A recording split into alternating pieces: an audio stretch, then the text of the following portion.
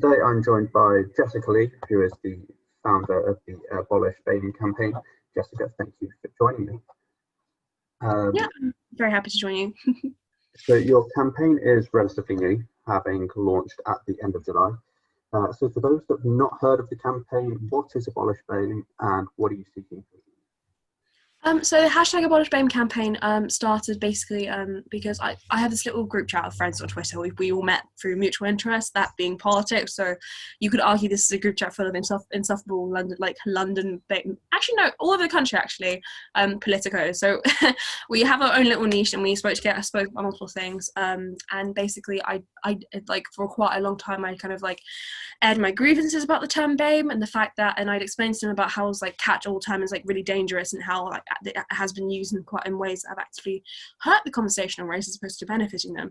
And then one day they said to me, well, I mean, Jess, there's quite a bit of momentum behind it right now, so why don't you run a campaign? And I was like, campaign? No, I've never run one of those before. But I actually have a friend who like has quite significant campaign experience, and he was like, no, do it. So I started it, and within like a week or so we managed to get endorsements from Jamie Stone and Lady Moran, which is really amazing. Then we kind of took a hiatus from it because obviously like towards the build up towards university, like it just meant all of our like respective like workloads got quite high. And I did say from the get-go that no matter which way the campaign went, it was going to be the kind of campaign that wasn't all-encompassing and hurt the campaigners' mental health within. And that was my ultimate priority. My ultimate priority was to achieve these aims and campaign about these aims without hurting the mental health of campaigners such as myself, my friend Kofi, or my friend Clay. So that's kind of how it's been. And now that we're getting back into get back into like the classic like schedule of university and all its quirks and all its fun bits and bobs, even during coronavirus, we're like going to start campaigning again from all of our respective universities. Awesome. And I believe you currently hold the office of interim BAME officer within the Young Liberals. Yeah. By seeking to abolish BAME from the political language, surely you are seeking to abolish your own position? See, that's a very good question. It's something that I obviously faced when it came down to the BAME position be empty, and I was basically messaged by a member of the executive saying, "Hey, we know you do a lot of campaign stuff. Would you be interested in being interim BAME officer leading up to elections?" And I was like, sounds like it's going to go against like the core of my campaign. But they explained to me that basically her name's Catherine, she's a diversity officer on the committee, the executive, and she explained to me all the good I could possibly do in the role, and I was like, you know what, despite how oxymoronic that role is, as well as like that campaign, I really like to join along. And even now, like we're seeing the start of Black History Month, and we've had like a bunch of content being churned out today. I'm using the Young Liberals Twitter verified account of over 10,000 followers to basically elevate and showcase Black creatives and things like that, and also highlighting key achievements. Yes, it is oxymoronic, but at the end of the day, like it's about diversity and pursue like diversity in a way that doesn't hurt the conversation. And you'll be happy to hear that I am planning to submit a constitutional motion next conference to change the name of the role, because sadly the way things work in the Young Liberals executive, you can't change the constitution unless it's conference, and we just missed conference when I when I was basically asked, so when I actually got involved properly with Young Liberals. So yeah, so next year I've written the constitutional motion now. I just have to wait until next year to actually submit it. So there are plans to change the role, probably to something more along the lines of liberation and equity officer, because like those two words themselves have a very like loaded definition within the conversation on race. And I think equity is better than equality, because equity tends to be more of an equalizing concept than equality itself. Awesome. The campaign itself has had support from many Liberal Democrat MPs, but it appears, certainly in terms of MPs, you've not yet managed to reach across the aisle. Certainly no Conservative or Labour MPs have backed the campaign. Is this essentially just a campaign that makes the Lib Dems feel a little bit more important? See, I don't think there's anything I could do to make the party feel a little bit more important. I'm a relatively new party member, I'm a relatively new campaign, I'm a relatively new activist, so there's little I could do to make the Lib Dems like seem better. Plus they've all got their own things, all got their own political careers. More than anything, this campaign was specifically about just like addressing the issues of the term BAME. And in terms of it being cross-party thing, yes, we managed to get endorsements from 2 Lib Dem MPs. That was just by virtue of me happening to have met and networked with some people in the party who went, oh, just start this campaign. You know, I'm gonna forward this to Layla, and I'm gonna forward this to Jamie. And then all of a sudden we got their endorsements, and I was like, boy, I didn't expect this early on, because again, like, yes, we were riding a momentum of sorts, but I wasn't expecting that kind of support, because again, like I said, we were starting the campaign off in a very relaxed way, so we can like gradually build up over time, over the next couple of years, in terms of building up into a genuine fighting force, because it's not about rushing into it. In terms of getting support from like cross parties, like I'm maybe a Lib Dem myself, but Kofi is a Conservative and Clay is a Labour Party supporter himself. Kofi's quite a known campaigner and activist, whilst Clay is less so. But basically, Clay's been taking this time to get to know the Labour Party a bit more, like the young factions within Labour Party, because it's quite a hard community to break into. Whilst Kofi's been like gradually using his connections in the party to kind of build up, I guess, a respect of him personally as an activist and campaigner, to eventually get his endorsements later on. I'm quite lucky because Lib Dems don't have a lot of MPs, and again, like, when there is a person of colour like trying to say something quite loudly, I was very lucky to have other people of colour within the party turning around and go, hey, she's got some good points there, I'm going to forward this to whoever in the party, because we've got such a small pool of MPs. It means it's more likely that, because those MPs have the network of absolutely everybody within the party, and they have to make themselves well known, which kind of multiplies the chances that certain minority ethnic individuals will know them, because of certain like diversity groups, certain diversity campaigns, certain like networking groups specifically created to create those connections between MPs and these like key individuals in the party, and those people from diverse backgrounds. And so I suppose one could argue it's a campaign to make Lib Dem seem more self-important, but that's not my goal. I mean, the Lib Dem party, it's like they're managing their own PR, each party managing their own PR. At the end of the day, it's just about my issues with the term BAME, and the fact that I'd like to remove that word from the wider conversation on race, because it's quite counterproductive when it comes down to it, and allow specific groups like the government or certain institutions which are being lobbied to become more diverse to basically say, oh, we're BAME diverse. And actually I think Matt Hankel did this himself in an interview with Sky News, where she was like, the interviewer, I've honestly forgotten her name, I'm not really familiar with journalists, but the interviewer was like, oh, so within the context of like Black Lives Matter and post-George Floyd protests, do you think it's really important the fact that you haven't really got like black members of the cabinet or black ministers? Well, I know she said black member of the cabinet specifically, and he went, oh, we're the most BAME diverse cabinet in history. And it's one of the first like context which I realized, oh, the term BAME is kind of not helping here, because it allows institutions that are being lobbied to become more diverse to say, we are BAME diverse, when in reality, they might be only diverse with Asian individuals or Black individuals or individuals from specific minority ethnic backgrounds. And whilst that's not a bad thing, it's incredibly counterproductive to be able to allow organisations to use that term when people are trying to make them change in the first place. So, as a Liberal, and you support human and democratic rights. Very simple question. Do you support free speech? See, that's an interesting one. I don't know whether Max told you, because obviously Max is a mutual friend. I was president of the Debating Society at Royal Holloway, and we've been at the centre of quite a few different conversations on platform individuals and freedom of speech. Personally, the way this is I guess my utopian view, and I'll provide you with my more realistic view, which is based on how society is. I personally think the way society should work in terms of freedom of speech is that you should be able to say anything as long as it doesn't violate the person of another person. And that's how I think it should be. In reality, it's not that kind of case. In reality, people are allowed to say things, and those things will often violate the person of other people, and they'll get away with it, whether it's racism, sexism, or what's more recently been justified in the mainstream of transphobia, which is absolutely horrible, because you should never have to be presented with someone literally questioning your right to existence. But in that kind of situation, since people are allowed to say that, my personal view is that, okay, if our free and liberal society allows that to happen, then the logical response to that would be to allow people to respond in the way they might choose. This is why, like, I'm like, within the context of our society, I'm for freedom of speech, but I'm not anti-cancel culture, because the way I see cancel culture, it's literally a group of people seeing something someone said and going, that violated the personhood of so-and-so vulnerable group. Therefore, we in a large number are going to do something about what that person said, and going to make sure that what that person did to hurt another person has consequences, whether those are professional or personal. And that's kind of how I view it. Does that make sense? Yeah. Yeah.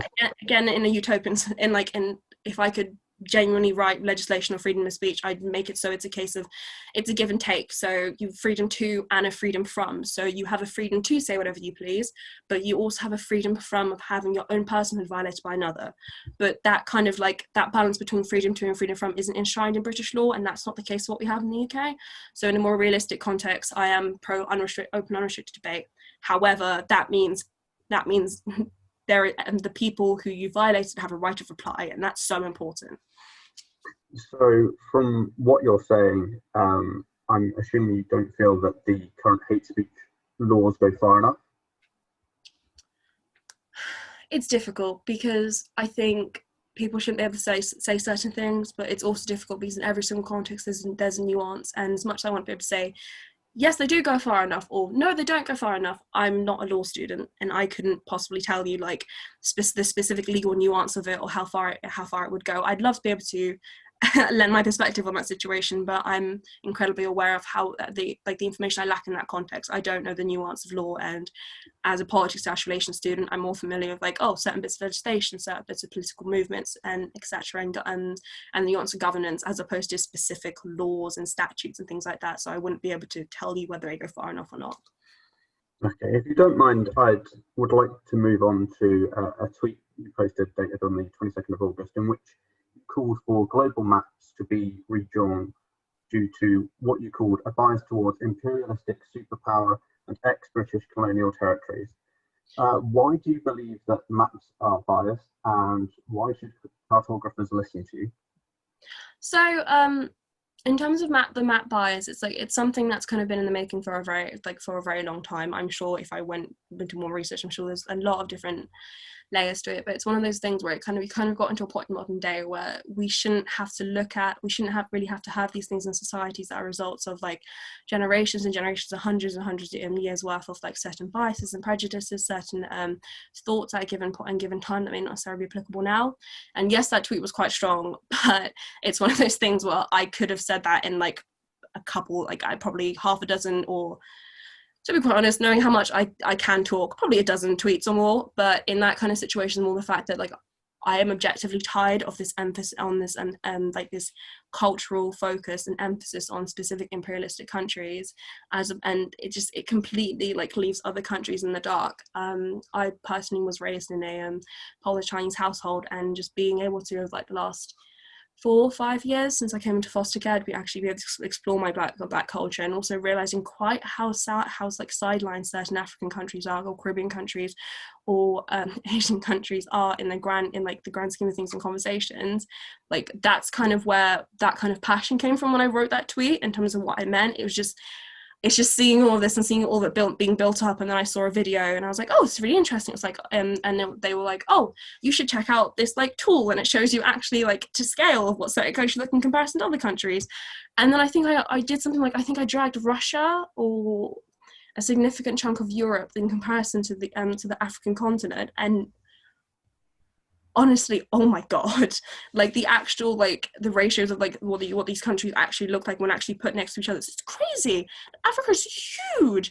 And then my housemate as well, he's Ghanaian, he's been explaining to me like cultural nuances between different African countries, and it's so interesting because I was grown up to treat Africa as this homogenous country. It's just like, that's Africa and that's kind of it. With Europe, you don't really go, that's Europe. You go, oh, that's France, that's Spain, that the UK is kind of Europe but not really Europe.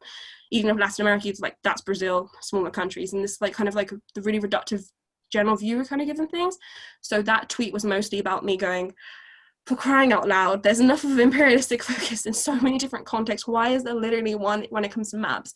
And yes, I'm a university student, and sure, as a university student does politics relations, cartographers may not necessarily give what I'm saying much value, and that's okay, because at the end of the day, it is just an opinion. And if I wanted to campaign on specifically like cartography and like changing that, I'm sure I could do that, but I'm also aware I probably require a significant amount of expertise. And on that topic, there are those that would argue against you that, you know, these maps and especially redrawing them in such a major way that they, you know, perhaps slightly more to scale, would be akin to rewriting history. What would you say to those claims? See, that's actually an argument I've heard quite often, this idea that if we change how things are right now, we're rewriting history, when in reality, we can still teach in schools these privileged, like, let's say a new version of app was created that's more actually accurate and actually demonstrated how large these countries were in Africa and actually made, and like provided more of like more accuracy. We're not rewriting history. We don't have to suddenly go, right, this was the map that was there the entire time. But what we are doing, in fact, is going, right, what we did in the past, that wasn't necessarily the most accurate way, but now we've got a more accurate way of looking at cartography, looking at how countries interact by just looking at like just the physical representation of the world. And we can do that whilst also respecting that map was used in the past. We can still use it in part of our pop culture. We can still use it as part of our history. Changing things isn't rewriting history. It's how you respond to that change. If you try to erase what came before that change, then it's erasing history. Otherwise, it's just like it's happily like allowing things to change and develop whilst respecting where things were once. And as you mentioned her already, but one of the MPs who endorsed your campaign is Layla Moran, and she is clearly a huge inspiration to you. What is it about Layla that inspires you? That's a really interesting one, because I think more than 6 months ago, if anyone had mentioned Layla Moran to me, I probably wouldn't have been able to say like she was anyone of note to me. I think what really inspired me was like seeing during the Lib Dem leadership election. Now, I joined the Liberal Democrat Party in like, I probably think the 1st of January, because like I think I was arguing with like my friend Ben and my friend Kofi about like how disastrous the parties are and how if the Lib Dems could get it together, they could actually be a genuine fighting force. And they said to me, you know what, Jess, you complain an awful lot. Why don't you just join the party and do something about it? And I went, you know what, fine, I will join the party. And so I did, but for quite a few months I didn't do anything about it. And it was only during quarantine, when I was quarantined with my friend Sophie Mulby. She's an ex-deputy director of Blue Beyond. She was doing all the political stuff, and I just kind of sat there and went, I have my degree part to political stuff to do, but I have no like political extracurriculars. And I kind of realized that all my time I spent on the university societies, I hadn't spent on doing anything like political or like party-wise. So I was like, I'll get to know some people. And I had some sour experiences, unfortunately. And I almost left the party because I thought, oh wow, the Young Liberals wing of the party is just as toxic as Young Labour and Young Conservatives. What am I going to do? Like, might as well just leave. And then I met members of the exec, and I met other people in Young Liberals, and they turned out to be really great. And as I got to know people I knew from the party, people like Adam Lawless, which you might have seen on Twitter, he's got a significant following, and I think he runs Asia Elects on Twitter. I kind of thought, oh, okay, I guess I'll get more invested in the party, get more invested in stuff like leadership election, because I've been quite vocal that I thought it was ridiculous how it had been delayed. And then I was watching leadership election, initially wasn't very interested, and then I saw Layla Moran go from just any old MP, and I'd like not just any old Lib Dem MP, because Lib Dem MPs like I think are quite unique in comparison to Labour MPs and Conservative MPs. But she went just from being any old MP to be like a genuine radical like fighting force, and I think that's what really inspired me. And then obviously I found out about what had happened in the past with like the domestic incident with her ex-partner, and I'm a foster care leaver, and I've gone through stuff that I'm not necessarily willing to talk about in an interview, and seeing that, I just kind of went, oh, okay, that's really disappointing. I'm genuinely disappointed. And I sent an email to our campaign because I thought, you know what, there's multiple sides to each and every story, and I'm sure she's got her own story when it comes to it. And but at this point, I wasn't kind of comfortable voting for her or being open or supportive of her, like at all, well, privately or openly, because as a foster care leaver who's gone through things much worse than that, can't really in good moral practice actually support someone like that. And I sent an email to campaign, and eventually she responded, and kind of just explaining things and explaining the relationship she had to that kind of incident and what she's done since then. And I kind of looked and I went, this is a person who something went wrong in the past and has been trying to make amends ever since. And at that point, I went from like being inspired by her to also really respecting her as a person. And then obviously I was quite disappointed she didn't become leader of the Liberal Democrat Party, but I probably attest to like how everyone's Twitter bubbles probably gives them really bad predictions of things when it comes down to it. And I think that's why I'm inspired by Layla Moran, is because she genuinely went from a nondescript MP to someone who now if you drop into a conversation, someone's going to go, yeah, Leyla Moran, that's like, she's a Lib Dem MP, isn't she? And the thing she's fighting for, like the policy areas she's like really focusing on and the people she stands up for, like that's what's inspirational to me. It's just being to see that within the party, because I think I honestly used to view the Lib Dems as being some old white institution party, along with the Conservatives and along with the Labour Party, because that's what those parties are. Except it was just to see a woman from a minority ethnic background who had such a unique career and wasn't necessarily a career politician. That's what inspired me. Like that also, like the overcoming the negative things, that also inspired me, because as a person trying to overcome a lot of things in my past, I just kind of looked and I went, you know what, she's made it to being an MP. I'm sure I can make it to wherever I end up one day and be happy and be proud of where I am and fight for other people to do it too. Obviously, you expressed your disappointment that Leyla didn't win the leadership contest. So you now have a new leader in Ed. He's been in there for about a month and a half. Where do you feel the party's headed? How do you feel he can shape the party? So I'm sure my personal friends could attest to the fact that I was quite in grumpy mood for a couple of days after the Ed Davey thing. Like I the day off, like the morning of, I just woke up and I was like, and Kofi just ran at my housemate. Kofi ran, I was like, Jess, Ed Davey won the election, knowing very much I was quite invested in Lay, and I just kind of went, and it was just in grumpy mood for a couple of days after that.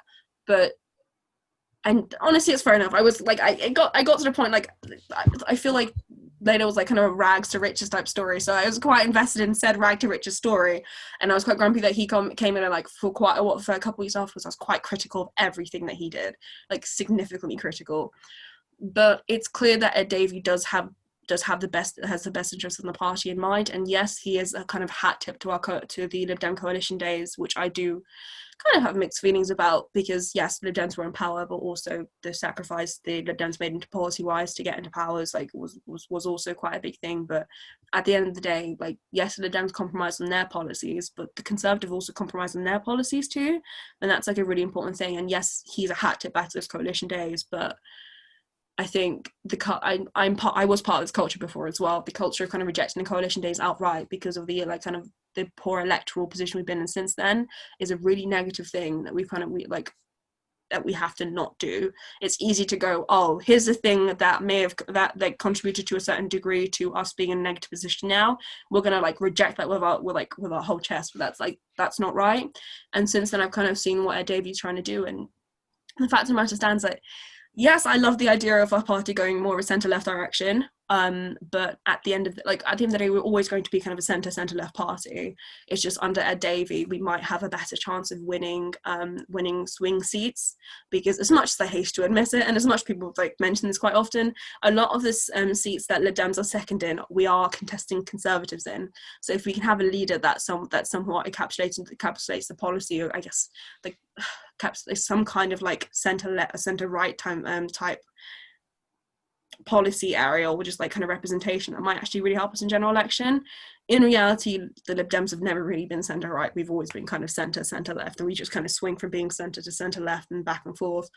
But I think Ed Davey will be a good leader, and he genuinely wants to work best for the party in mind, and hopefully in the general election we can win back some seats.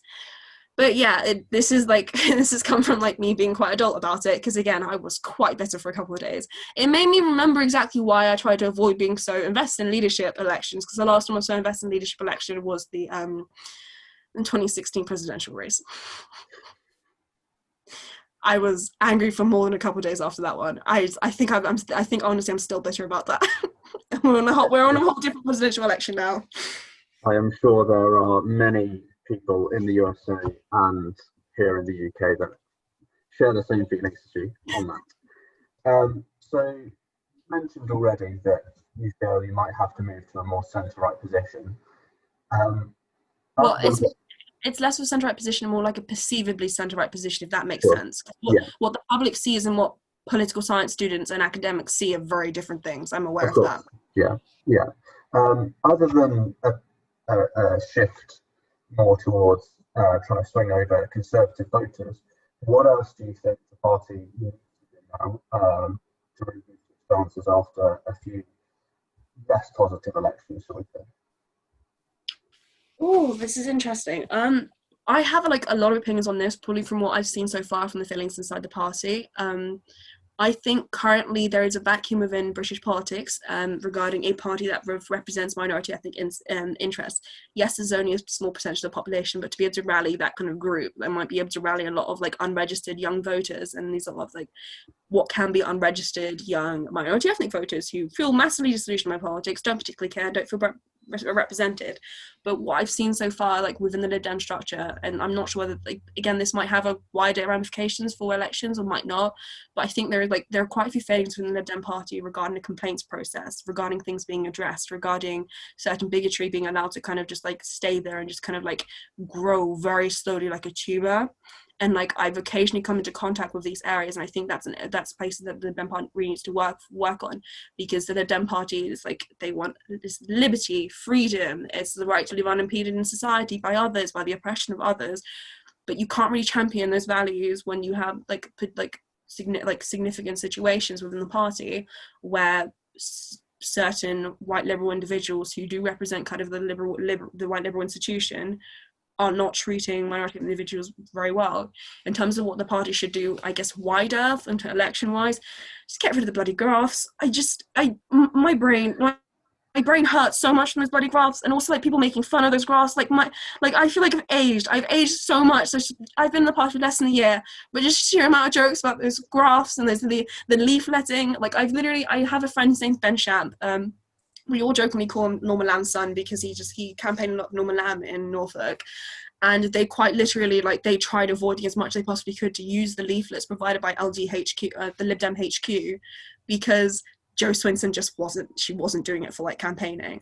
And I think I don't know what happened within Lib Dem HQ in terms of thinking, oh, we'll do this, and they kind of send those leaflets out, but first the graft is bloody go, because we are being made fun of by like academics, by other political parties, by parliamentarians, by just people who are invested in politics as a hobby, as well as just normal people who don't particularly care about politics. You mention a Lib Dem wonky graft to them, and they'll probably know what you're talking about, and that's terrible. I guess it's also the fact that I think it's difficult though, because like the graph thing is one of the key things I can kind of point out, but in terms of like what the party can do wider, it's hard. The Lib Dems have been in an electoral weird place for like 2020, we're probably getting like up to 100 years now, like just over 100 years in terms of like the last time we were actually in power and we weren't like screwed over. Like ever since the like Asquith Lloyd George like split between old liberals and new liberals, the party's kind of been in an electoral like weird place. And I feel like maybe a review of sorts into looking at like how we can create specific like let's start for one constituency, make that kind of a Lib Dem home, and just gradually spout and grow out from that. Because I think the Lib Dems have so many votes in so many different constituencies, but those votes in total, if we had a popular vote type system, would work quite well, which is why, again, the party is very like pro-electoral reform, but like in total there's a lot of votes, but distributed out over the constituencies that they are at, it just doesn't work very well. So I feel like a review of sorts into how to get those votes and kind of concentrate them in specific constituencies and grow those constituencies out slowly might actually work more. I think also, like, as much as electoral reform is so important, I know a lot of Lib Dems would leave the party if electoral reform like was dropped as a policy. I feel like when it comes to electoral reform, like, the ruling parties or the governing party is never going to put through electoral reform because the system managed to get them elected. Even if it's the case of Lib Dems being the second biggest party and it was the Lib Dems in opposition as opposed to Labour and Conservatives in power, or whatever kind of like imaginary scenario, if we were in that position, we wouldn't be campaigning for electoral reform. Like, we wouldn't have gone near that policy, but we're only doing it because we've been screwed over by the electoral system. And I think at a certain point, much like when the Labour Party was first created, they could have been a very socialist, revolutionary party in terms of rejecting the system, but they chose to be a parliamentarian party, as in a party that accepted the current like parliamentary system, and that in order to win, they must play by the rules of the system. We made that when we came into fruition. Yes, it was less of an active decision on our part because liberalism is less revolutionary as opposed to socialism being often quite inherently revolutionary and rejecting and overhauling a system. But we agreed to play by the rules of the system. We agreed to be a parliamentarian party, and yet we are focusing so much on electoral reform because we want to change the system. But if the Lib Dems want to get in power, I think more of an emphasis needs to be put on like policies, campaigning, and also like really reviewing the issues of like what's going on in the previous general elections, because even I've forgotten the name of the report off the top of my head. There was a recent report published like by I think Mark Pack and the key individuals within the party, looking at the failings of previous general election. And yes, it was quite expansive, but when I spoke to people, they had like specific things that were like, oh, they didn't mention this, but like these are people who are canvassing, campaigning, like they were really, really fundamental in it, and they were going. They didn't mention these issues. These are the issues we faced, and like issues like that. I feel like there needs to be like maybe an outside board of sorts or outside group doing an internal review of like previous failings. That might be a better way of looking at it, as opposed to internal people doing an internal review of things that went wrong internally, because it just seems like it can get quite loaded. When it comes down to it, I can see that all of these suggestions are Millie suggestions and like vaguely and the quite abstract ideas, because at the end of the day, I have been a member of the party for under a year, and I don't know about the systemic failings of the party to as much of a degree as someone who's been a member of the party for years and years and years. So whilst these are all issues I've noticed that like I'd like rectified and I think would have a positive effect, I don't necessarily know whether that's it, because honestly, at the end of the day, I could be saying something that's not true, and let's say the Lib Dem party like became an actually centre-right party as opposed to specifically centre-right under Ed Davey and certain key individuals that were coalition ministers, and then I don't know, we ended up getting like a bunch more seats. I'd just be here just eating all of my words, because again, I recognise I don't know enough. Like that could be the case, or it might be the opposite case, but those are the things I think that could be, that if rectified could really help. But I think just the crux of it is just get rid of the graphs. Just like, if you want to do a better chance, get rid of the graphs. Oh my god. I'm just gonna ask one more question to close, and that going back to elections and issues facing minority groups. What do you feel needs to be done to better represent minority groups in Parliament? I think you've managed to touch on something I'm probably going to have quite a controversial opinion on. I think to an extent, I think the practicalities of doing this in Parliament aren't there, and it doesn't kind of work because against constituency, concentration of certain genders, certain ethnic minorities, etc. But I think each party needs to look very, very seriously at a quota type system of selecting PPCs, because if they can do that, then they can what they can do is effectively create that. If they diversify their set of PPCs, that means they can slowly act to diversify the selection of MPs, which acts to diversify Parliament. Labour does this more seriously. I think Lib Dems do this to an extent. Conservatives don't do it at all, because we all know it goes against the fundamental principles, like freedom of opportunity, despite the fact it's not really freedom of opportunity, because it's not, no one starts off the same foot. Some people start like kilometers ahead of everyone else. But I think that's one of the key things we can look at in terms of addressing diversity in Parliament. I think we need to look more at quotas, because recently, like, I came into university thinking quotas are stupid. I want to get a job on my own value, like very much that. And like I've always had liberal leaning tendencies, but when I actually did like study the quotas in like Parliament or in organisations, like I looked at the results and I was like, surely not, that doesn't sound right. But the fact that they actually work in certain situations, like I think that I believe there's a Scandinavian parliament that utilizes this, but then again, don't use that example as like, you often take that example off, because I'm not 100% sure of that example, because again, this was a while ago. But I saw this specific case study of specific government, and they basically studied to see whether the quality of like politicians would like raise or go down, because a lot of people argue that quotas would reduce the quality of the individuals brought in through the quota. But what was interesting to find is that the female politicians in this context were always very high quality, because obviously it's more competitive to get in, so the women have to work harder to get the same position as a man. But the quality of the male politicians also got high, and so the quality of female politicians remained high, but the quality of the male politicians actually got higher, because they were forced to be more competitive in order to get that, because it wasn't as easy for them before. So that was really interesting. And I think our political party in the UK needs to look more seriously about it.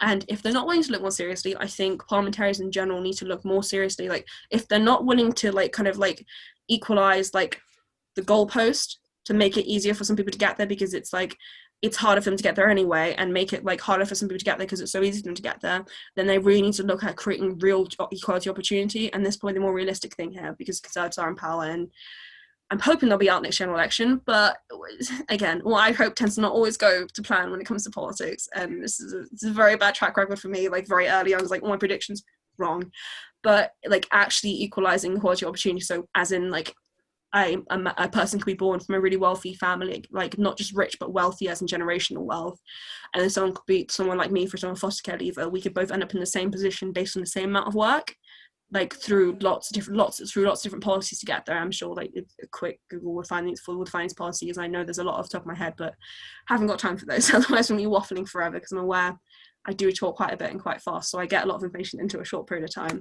But I think, yeah, we either look to like like create true equity in terms of reaching certain places, or we have to look at proper equality opportunity. So we look at it's like quotas or like genuinely fixing the how difficult it is for individuals to get there. I think that's a key way to address diversity. What the civil service are doing in terms of trying to diversify the civil service, I'm quite in awe of that, and what they've been doing. It's been brilliant, and what they're trying to do, and like stuff like the diversity last stream, things like that are absolutely brilliant in terms of bringing people into civil service. And I honestly commend them for doing that, as places like the FCDO, for example. I think it's that, or it might be the FCOD. I'm not sure what the abbreviations changed to after Boris merged two of the departments together, but places like that, which have traditionally been like very white old people, they're now like specifically pushing for young, energetic people of colour, and I really commend that. In Parliament, it's always going to be a bit more difficult because Conservatives are the institution. Labour is basically perceived as being, I guess, it's not really socialist. Socialist isn't really accurate. It's more like a Labour-centric kind of rebuttal to conservative tradition, and the Lib Dems are kind of there going, be more liberal. And yes, we have become more liberal, but the Lib Dems also haven't been in power for quite a while, and before the coalition. And even then, some people don't count the coalition because we were minority in that government. But yeah, I think addressing diversity means we have to look at where people start off and equalize that, or equalize or create true equity when people end up. That's how I genuinely think we'd address diversity issues, like in Parliament specifically. Awesome, Jess, please. Thank you.